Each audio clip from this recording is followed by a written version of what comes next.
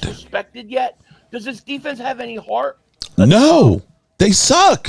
I've been telling you all season, Philly. Shit on you. They've shit on you. Don't you hear me? Jordan Davis, Jalen Carter, Slate, they shit on you. They've shit on you. They have shit on you. Don't you hear me? Jordan Davis, Jalen Carter, Slate, they shit on you. Kill them. Oh my goodness! Did he say they cock it on them? I hate the style of defense. I just hate.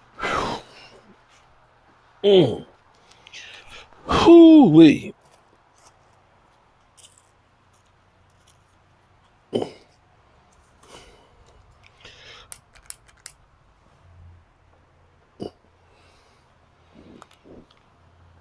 Well, hello, good people. Mark Holmes here, and as always, I want to say thank you all for watching, commenting, subscribing, and being part of the Joe Boo Sports Report. Without you guys, as well as you ladies, you know that this literally does not work.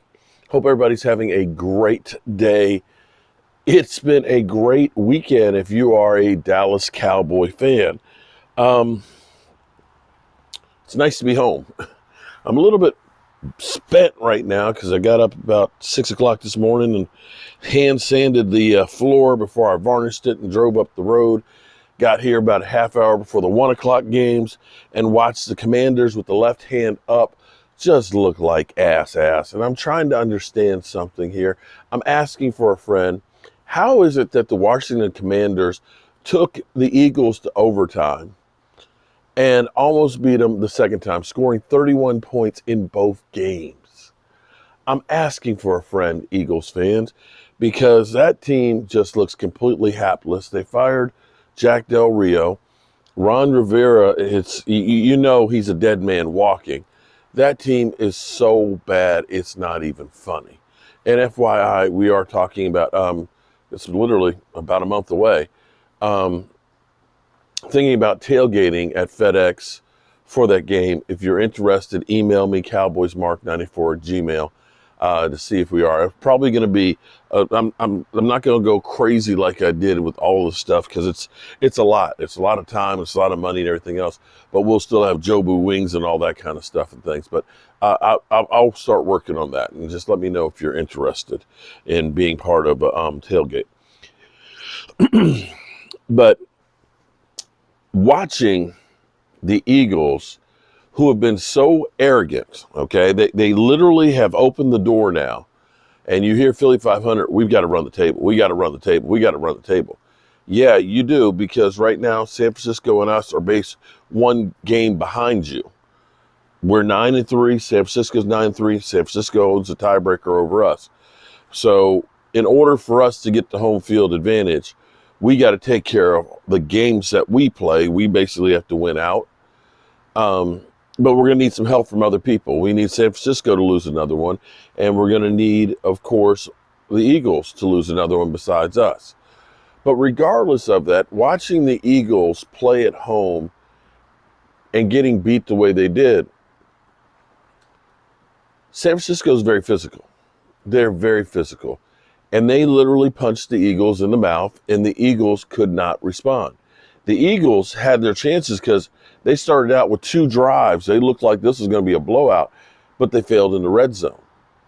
Now, what does this all mean? Now, I know people, don't want to talk about MVP and everything else, but now seeing that game and seeing Jalen Hurts getting nicked up and seeing some of the other players in the Eagles get nicked up, they're in a precarious situation right now going into next week. Our Cowboys, they're about as healthy as they've been. We haven't had as many medical malfunctions. Shout out to you, Greg, as we usually have at this time of year. And I will say that our team, over the last 18 games that they played, 4 games, did really well. They played 4 games in 18 days and won them all. I don't care who you're playing, because I'm sitting here watching Kansas City down 14-12 to the Green Bay Packers. It's football. And as you look around and we remember how everybody talked about how much we were going to miss Kellen Moore. Well, Kellen Moore has been found out that he is a fraud. He is not as good as he looked. That Dak Prescott carried his ass. The Chargers with Justin Herbert, who we were told is, night and day better than Dak Prescott, and now he's got a real coach. Well, those guys scored a grand total of 6 points. 6 points against New England to get a win. For Dak Prescott, I can't wait to see the talking heads. I can't wait to see Shady McCoy and Joy Taylor try and spin what happened to the Eagles. And Jalen Hurts is the number one guy. You have to look at this and say, Jalen Hurts got a little dirt on him today, that he stepped back some in the race.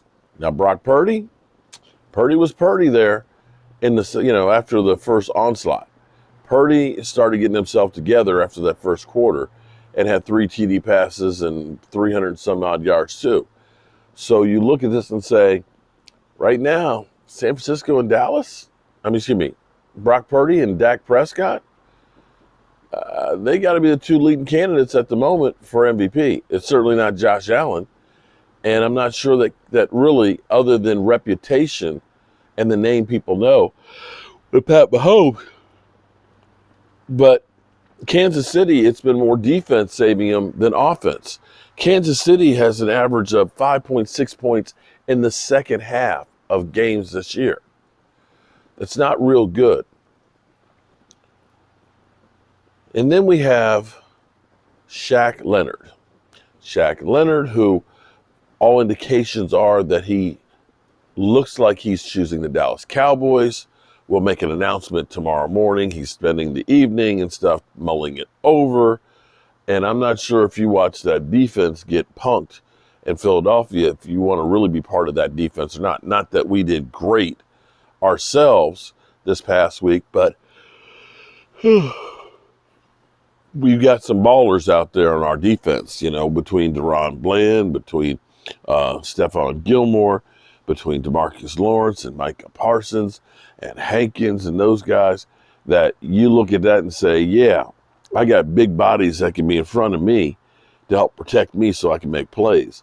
I won't necessarily have to be the dude in things on that defense.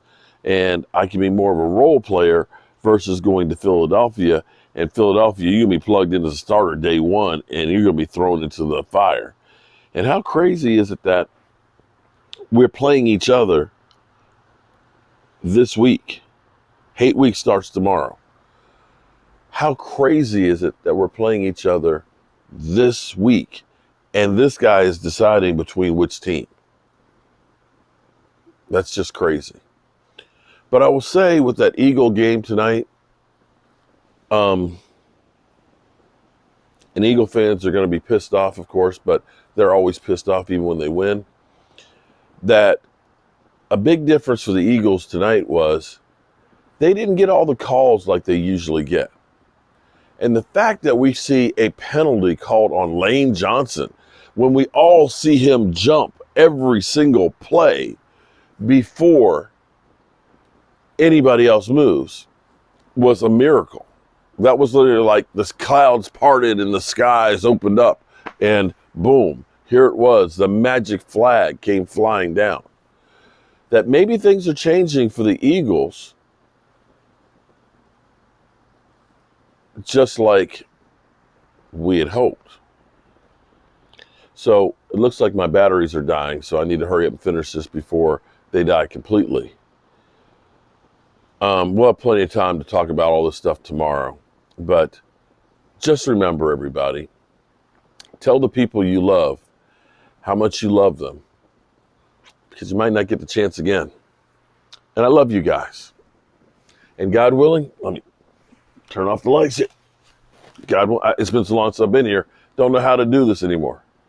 God willing, I'll see you tomorrow. Peace out.